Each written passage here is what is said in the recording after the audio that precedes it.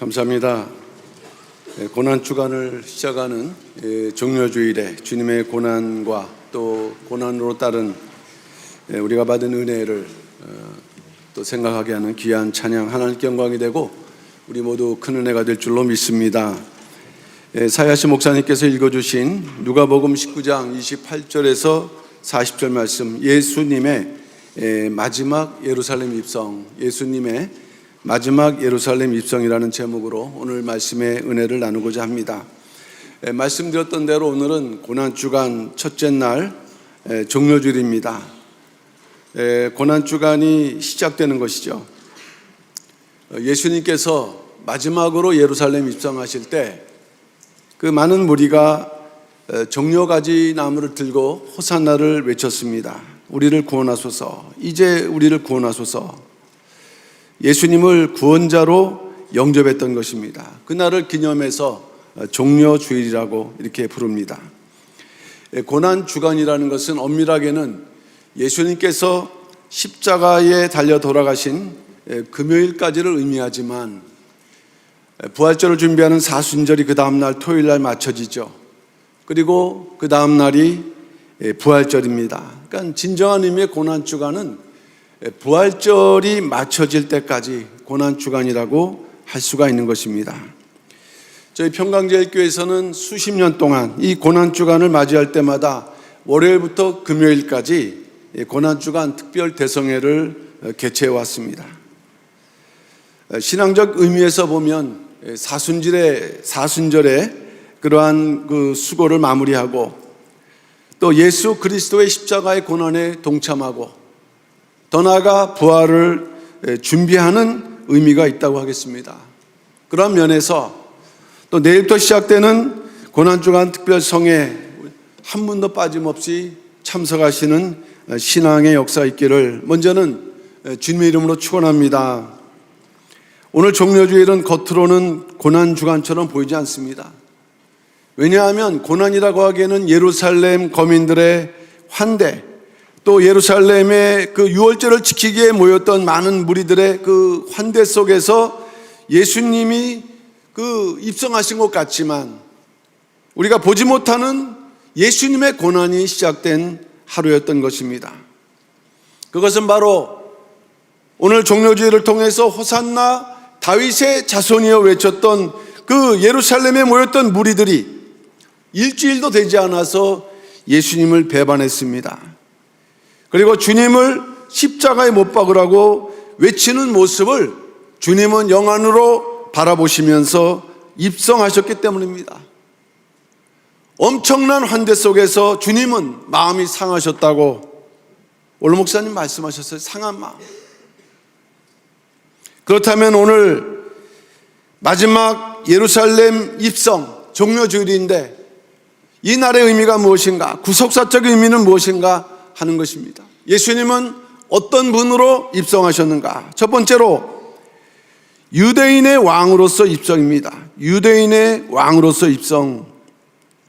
오늘 본문 누가복음 19장 38절 말씀 볼 때 가로되 찬송하리로다 주의 이름으로 오시는 왕이여 하늘에는 평화요 가장 높은 곳에는 영광이로다 하니, 참 이 말씀은 놀랍지 않을 수 없습니다. 천사들이 예수님의 성탄을 노래했던 그 구절과도 동일하기 때문이죠.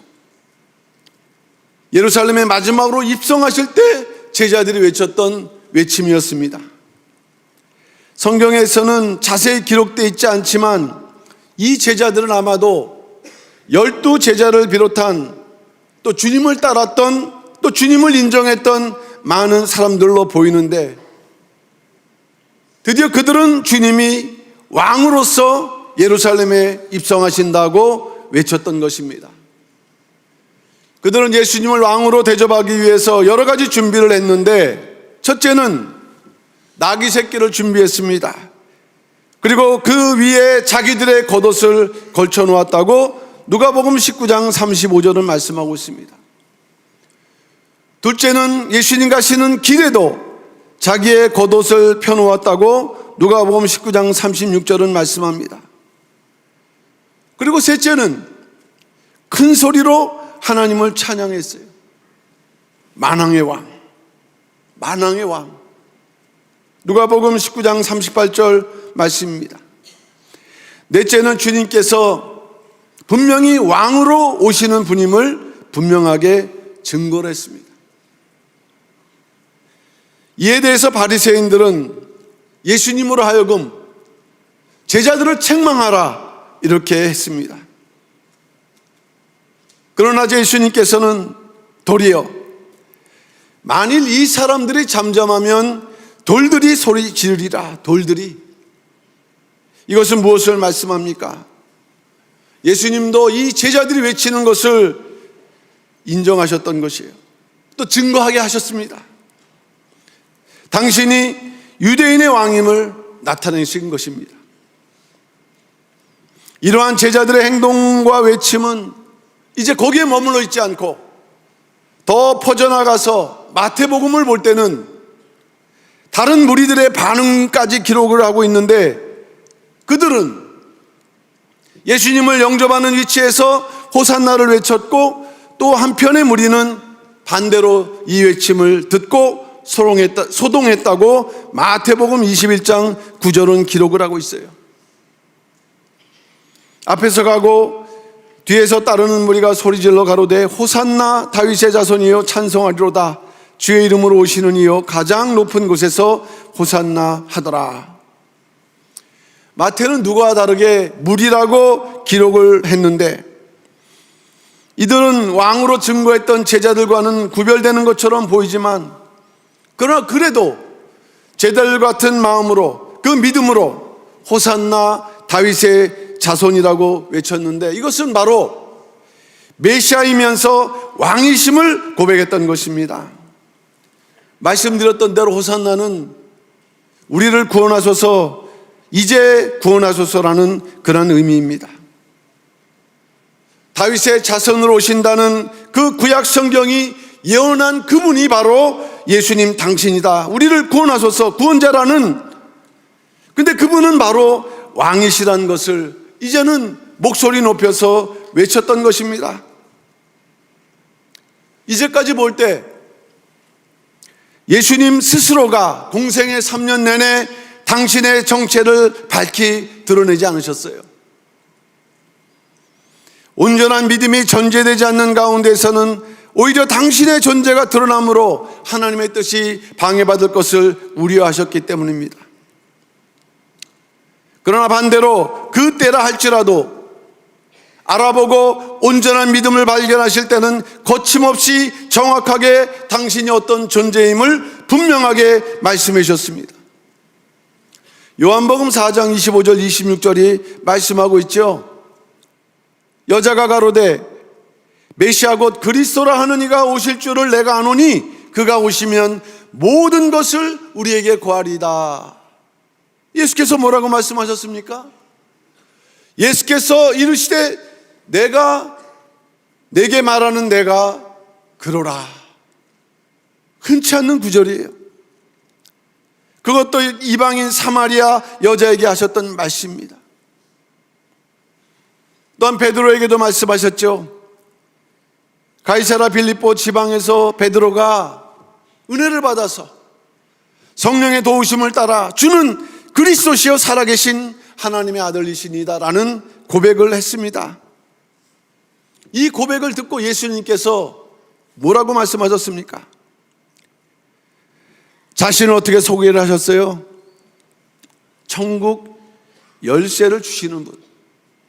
마태복음 16장 19절 말씀 볼 때 내가 천국 열쇠를 내게 주리니 내가 땅에서 무엇이든지 매면 하늘에서도 매일 것이요 내가 땅에서 무엇이든지 풀면 하늘에서도 풀리리라 하시고,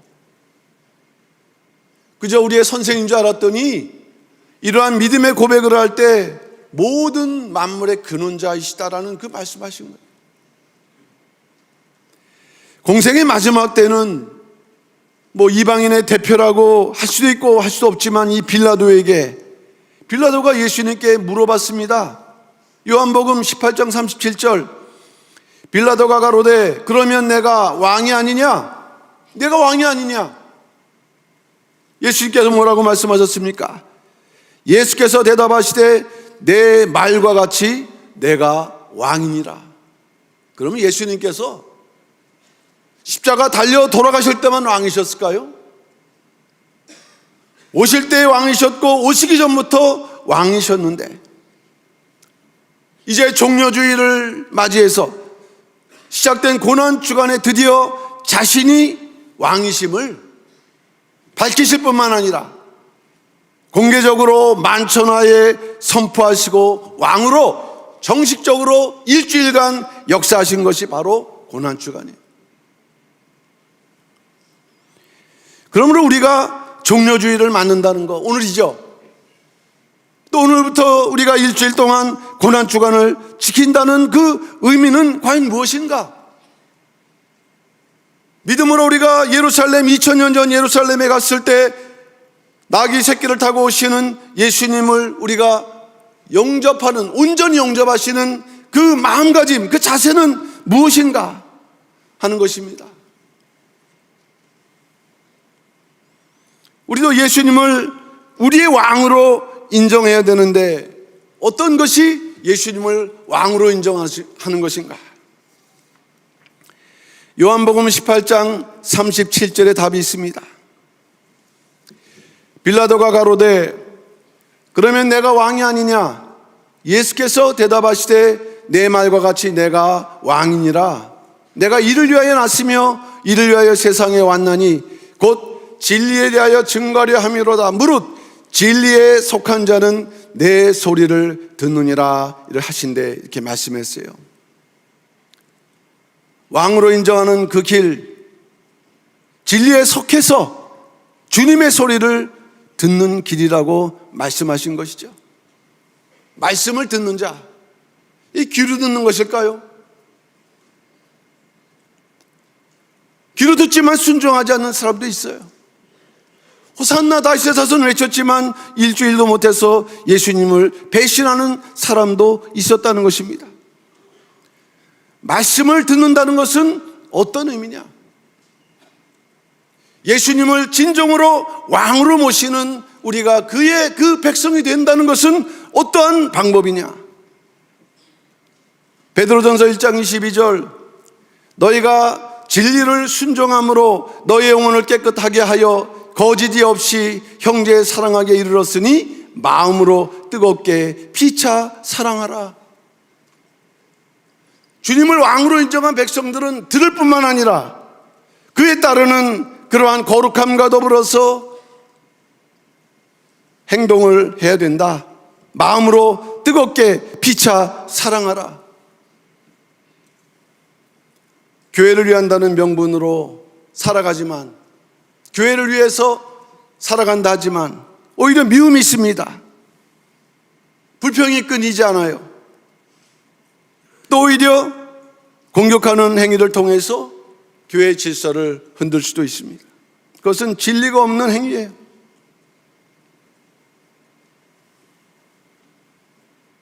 자신이 다 책임을 져야 할 것입니다. 성도란 진리, 즉 살아계신 하나님의 말씀에 순종하는 자들이, 자기의 생각만 맞을 때 순종하는 것이 아니라 어떠한 말씀이든 순종하는, 말씀을 듣고 순종하는 그 길만이 우리가 종려주의를 맞이해서 예수님을 진정한 나의 왕으로 모시는, 영접하는 방법임을 깨닫는 가운데 과연 내가 예수님을 왕으로 모시는 삶을 살았는가? 깊이 근본 고난주간을 통해서 자신을 돌이켜보고 진정으로 예수님을 각자의 왕으로 모시는 모든 평강의 성도들 다 되시기를 주님의 이름으로 축원합니다. 두 번째는 고난의 주로서의 입성입니다. 고난의 주로서의 입성.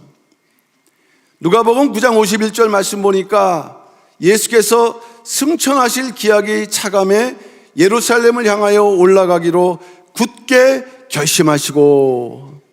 저는 참 어렸을 때 성경을 보면서 이 말씀이 왠지 모르게 마음에 남았어요.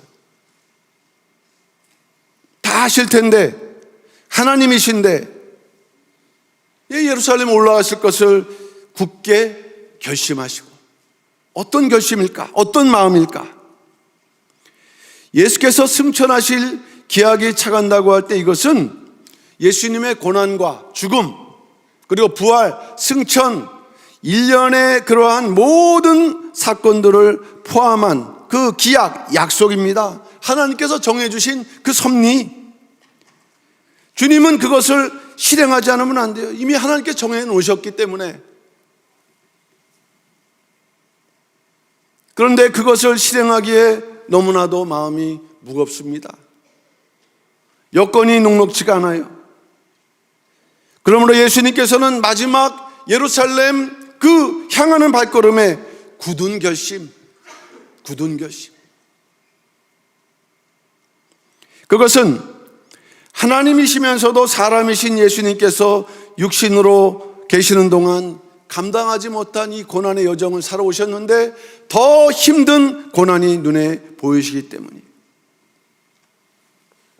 많은 사람들은 예수님의 고난을 얘기할 때 십자가 또 고난주간을 얘기하지만 우리가 넓게 보면은 예수님의 고난은 이미 말씀이 육신이 되시기 전부터 고난이었다라고 할 수 있습니다.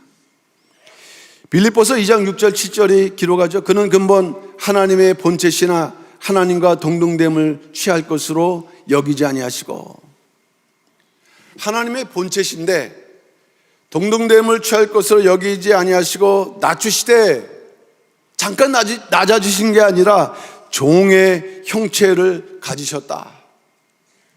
빌립보서 2장 7절. 오히려 자기를 비워 종의 형체를 가져 사람들과 같이 되었고, 이것부터 고난이었다는 말씀이에요. 또한 이 땅에 오셨을 때도 고난으로 시작하셨습니다. 거하실 곳이 없어서 냄새나는 말구유에서 나시는 것도 고난의 생애라는 것을 보여주는 거죠. 말구유. 어쩔 수 없이 누우실 수밖에 없는. 누가복음 2장 7절 맏 아들을 낳아 강보로 쌓여 구에 누였으니 이는 사관이 있을 것이 없음이로라. 만약 그 사관 주인이 그 임산부를 생각해서 어떻게 자기 방이라도 내줄 수 있는 여건이 되었다면 그것을 피했을 텐데 그런 여유가 없었다는 것입니다. 이후에 공생 기간 동안 자기 땅에 오셨지만 자기 백성들에게 외면당하고 거절당하셨다. 그 공생애 자체가 고난이라는 것을 요한복음 1장 11절은 말씀하고 있어요. 자기 땅에 오매 자기 백성이 영접지 아니하였으나. 최절정이 고난주간이죠. 영접한 것 같았으나 십자가에 못 박으라. 예수님의 그 심정 마음속에는 그 자기 백성들에게 외면당하셨다는 그 느낌, 그 트라우마 같은 느낌을 가졌던 예수님 마음속에는 늘 마음속에 내 머리 둘 곳이 없구나. 마태복음 8장 20절 말씀이죠. 예수께서 이르시되 여우도 굴이 있고 공중의 새도 거처가 있으되 오직 인자는 머리 둘 곳이 없다 하시더라. 그러한 예수님의 생애, 아직 절정, 고난의 절정은 남아있습니다. 바로 고난주간. 구속사적인 면에서 볼 때 이 고난주간은 전 구속사가 압축된 기간이라는 면에서 대단히 중요하죠. 아무리 많은 고난을 겪으셨다 할지라도 그 고난주간을 통해서 하나님의 뜻을 성취하지 않으면 하나님의 뜻이 이루어지지 않는다. 그 가운데서 십자가에 달리신 순환, 그 순환, 십자가의 그러한 그 고난, 이것은 세상 어느 것보다 비교할 수 없는 최절정, 고난의 최절정이 아닐 수 없는 것입니다. 이에 대해서 시편 기자는 예수님께서 고난당하셨다는 것을 좀 상세하게 예언했는데, 매를 맞으셨지 않습니까? 로마 군병들한테. 어떻게 예언했느냐? 이 등에 밭을 갈 때 고랑을 간 만큼 깊은 상처가 생겼다는 의미예요. 시편 129편 3절 밭 가는 자가 내 등을 갈아 그 고랑을 길게 지었도다. 밭 가는 자, 로마 군병이 성취한 거 아니겠습니까? 예수님의 등을 갈았는데 그 고랑이 깊이도 깊고 길기도 길고,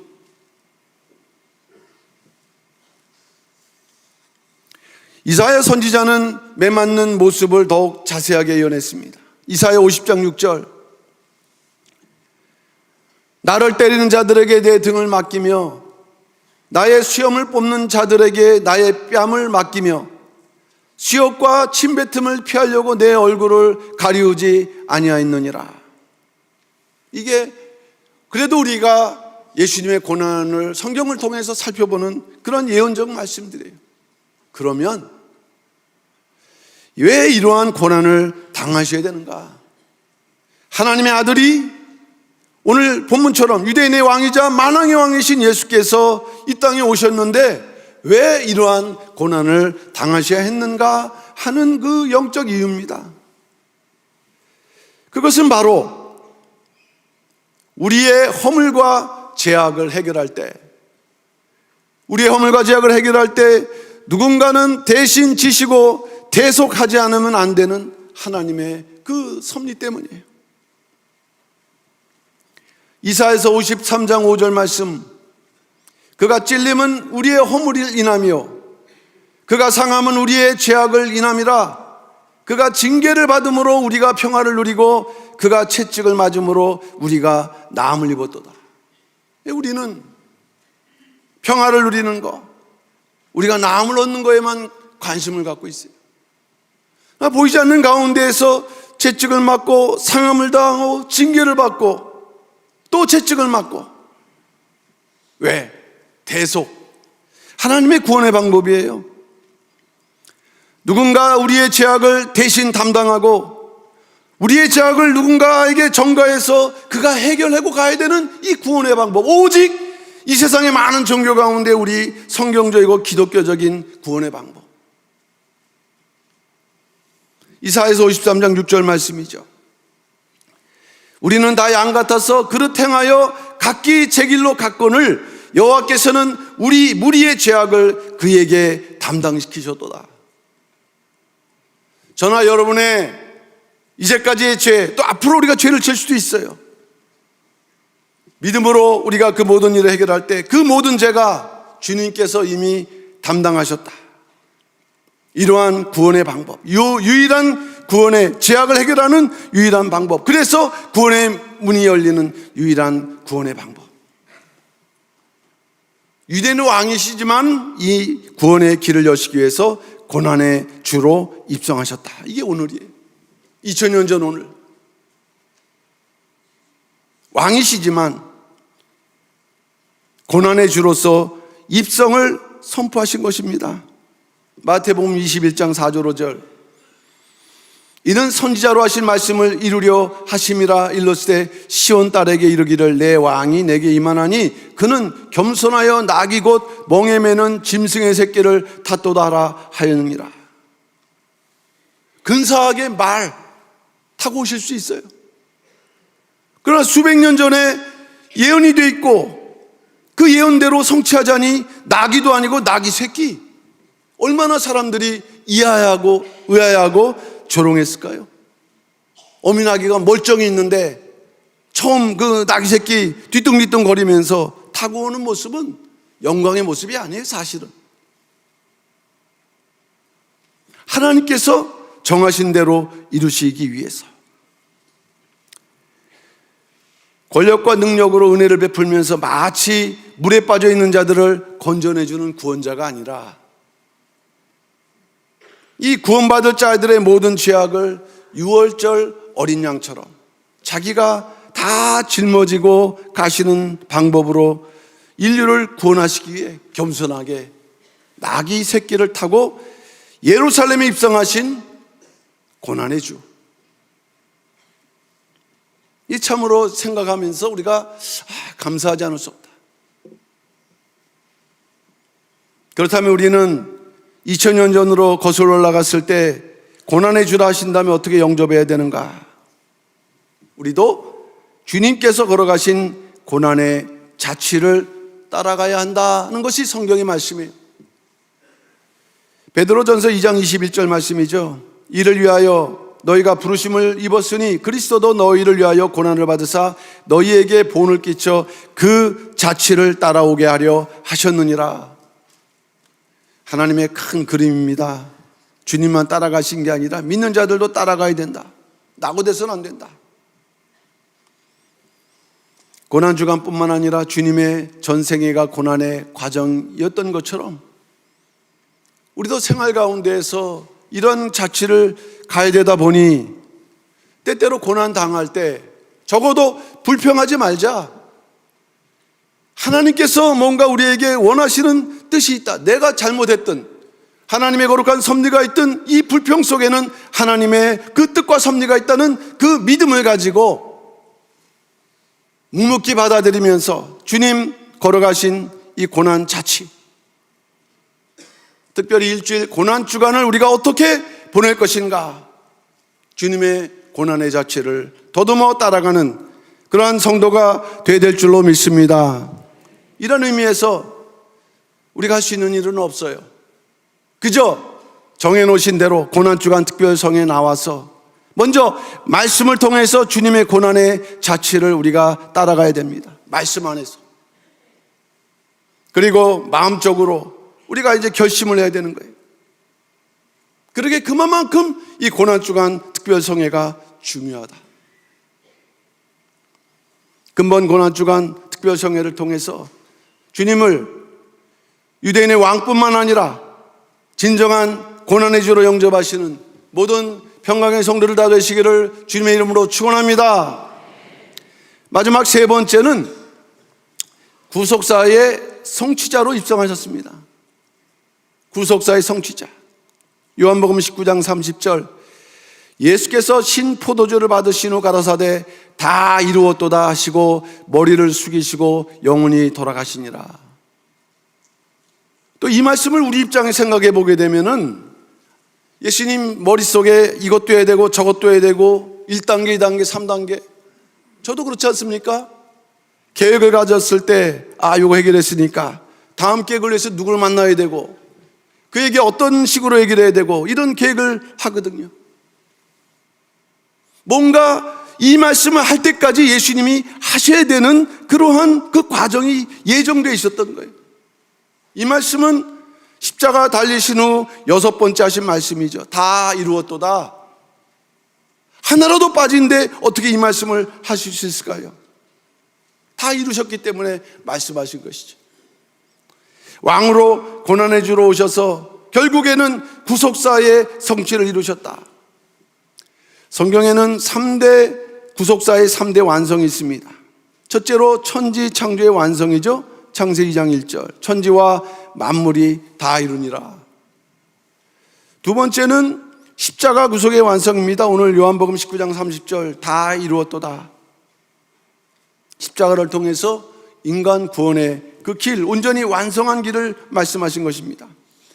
셋째는 새하늘과 새 땅의 완성, 종말의 완성이죠. 요한계시록 21장 6절, 또 내게 말씀하시되 이루었도다. 나는 알파와 오메가요 처음과 나중이라 말씀했어요. 이처럼 성경이 우리에게 말씀하는 것은 반드시 이루어진다. 원로 목사님께서 가시기 전에도 우리에게 말씀하신 바 반드시 이 구속사의 성취가 이루어진다는 것을 말씀할 때 환경과 여건 보지 말고 그 말씀이 성취될 것을 믿는 평강의 성도들 되시기 바랍니다. 이사야서 55장 11절, 내 입에서 나가는 말도 헛되이 내게로 돌아오지 아니하고 나의 뜻을 이루며 나의 명하여 보낸 일에 형통하리라. 반드시 말씀이 선포된 이상에는 반드시 그 말씀이 성취된다는 것, 이것이 바로 성도예요. 동네 사람들 아무리 오르등에 살지만 이 안에서 이 말씀을 받고 믿지 않으면 이걸 깨닫지 못합니다. 성도만이 깨달을 수 있는 비밀이죠. 단순하지만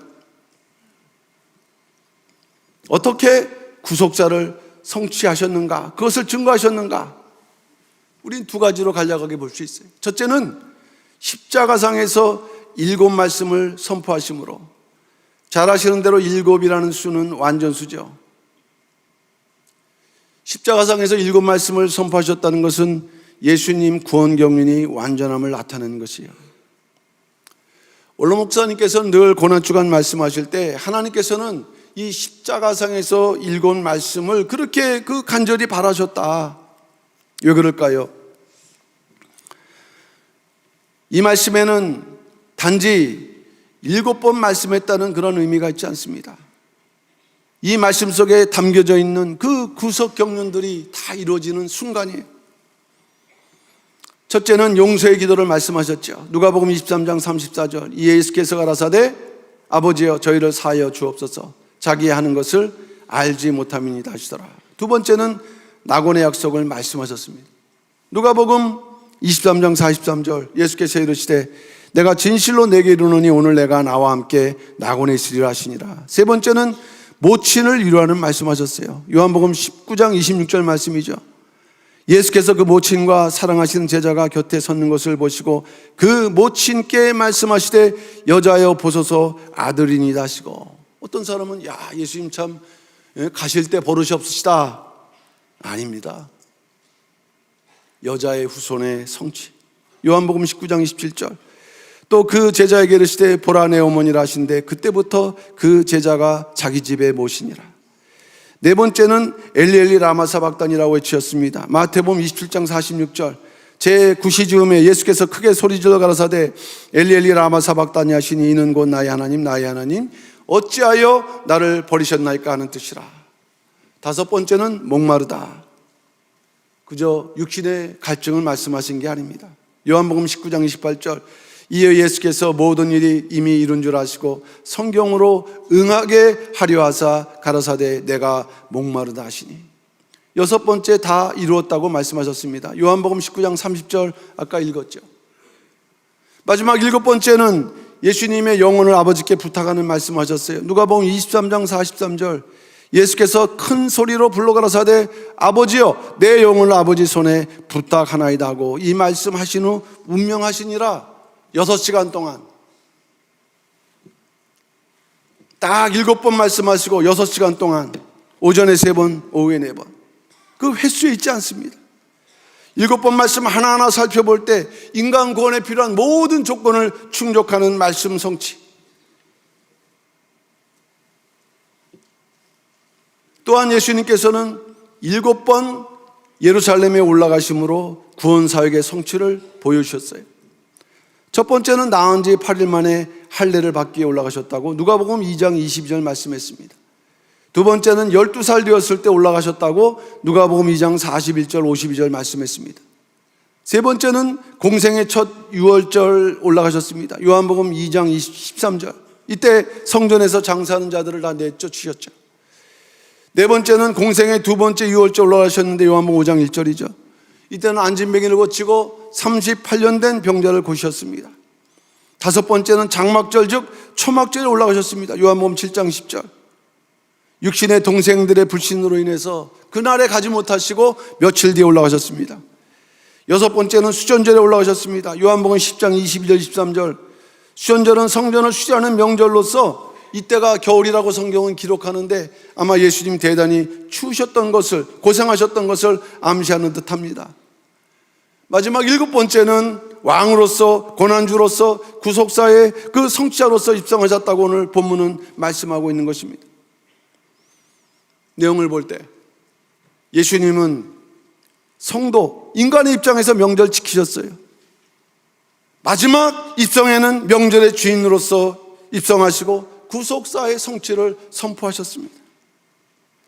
이러한 정말 바퀴, 톱날 바퀴가 빈틈없이 돌아가는 하나님의 그 예정과 섭리, 명령, 그것을 한치 오차도 없이 이루시기 위해서 인간이 당할 수 없는 최악의 고통을 감당하시고 인류의 모든 죄악을 담당하시는 주님의 고난이 시작되는 오늘 고난주간, 매년마다 우리가 고난주간을 지키지만 우리는 이제 고난주간 부활절 지나면 다 잊어먹습니다.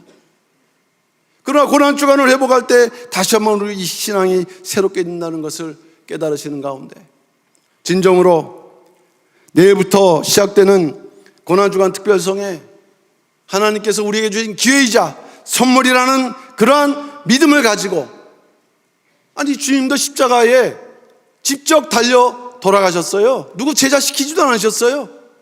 이 자리에 나와서 우리가 예배드릴 때 진정한, 그래도 네가 고난에 동참하는구나 라고 여겨주시는 그러한 은혜와 축복이 있다는 것을 믿으시고 한 분도 빠짐없이 주님의 고난에 진정으로 동참하기에 힘쓰는 우리 모든 평강의 성도들 다 되시기를 주님의 이름으로 축원합니다.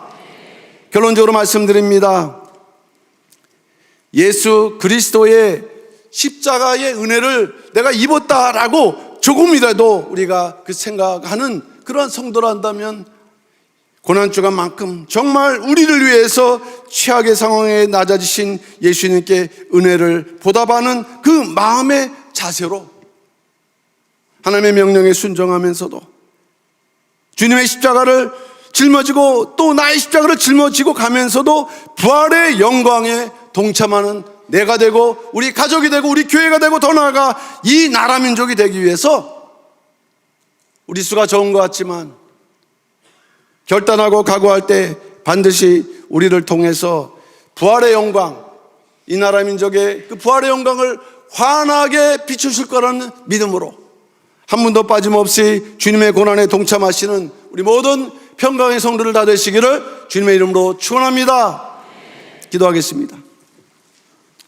사랑의 아버지 하나님 감사드립니다. 오늘 2025년도 고난주간 첫 번째 종려주일을 맞습니다.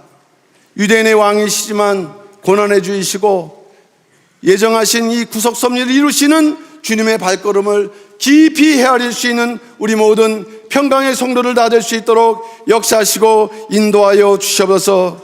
우리가 구원을 얻을 수 있음이 주님께서 우리를 대신 이렇게 처참한 고난을 지심으로 우리가 이제 그 하나님의 자녀가 되었다는 그 감사 속에서 이번 고난주간만큼이라도 주님의 고난의 자취를 한 분도 낙오됨 없이 따라감으로 오히려 모든 죄악을 사함받을 뿐만 아니라 우리의 가정과 개인과 교회와 이 나라 모든 민족의 문제가 해결함을 받는 승리하는 2025년도 고난주간 또한 부활절이 될 수 있도록 역사하시고 인도하여 주시옵소서.